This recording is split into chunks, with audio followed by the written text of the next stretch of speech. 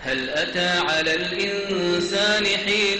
من الدهر لم يكن شيئا مذكورا إنا خلقنا الإنسان من نطفة أمشاج نبتليه فجعلناه سميعا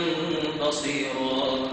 إنا هديناه السبيل إما شاكرا وإما كفورا إنا أعتدنا للكافرين سلاسل وأغلالا وسعيرا إن الأبرار يشربون من كأس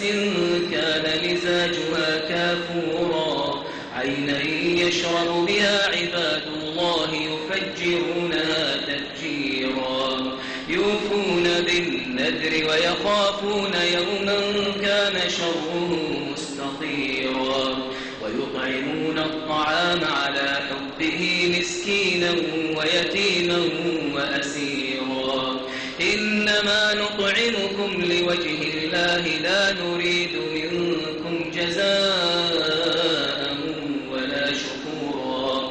إنا نخاف من ربنا يوما عبوسا قمطريرا فوقاهم الله شر ذلك اليوم ولقاهم نضرة وسرورا وجزاهم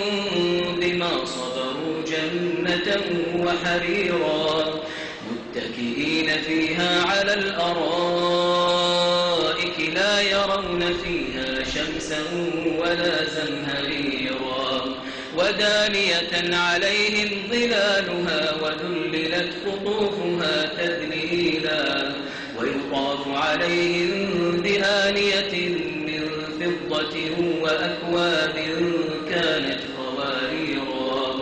قوارير من فضة قدروها تقديرا ويسقون فيها كأسا كان مزاجها زنجبيلا عينا فيها تسمى سلسبيلا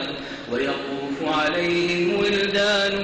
مخلدون إذا رأيتهم حسبتهم لؤلؤا منثورا وإذا رأيت ثم رأيت نعيما وملكا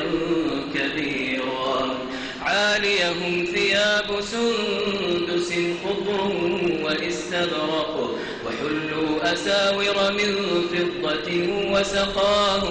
وسقاهم ربهم شرابا طهورا إن هذا كان لكم جزاء وكان سعيكم مشكورا إنا نحن نزلنا عليك القرآن تنزيلا فاصبر لحكم ربك ولا تطع منهم آثما أو كفورا واذكر اسم ربك بكرة وأصيلا ومن الليل فاسجد له وسبحه ليلا طويلا إن هؤلاء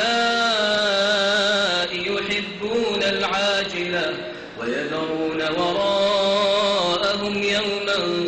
ثقيلا نحن خلقناهم وشددنا أسرهم وإذا شئنا بدلنا أمثالهم تبديلا إن هذه تذكرة فمن شاء اتخذ إلى ربه سبيلا وما تشاءون إلا أن يشاء الله إن الله كان عليما حكيما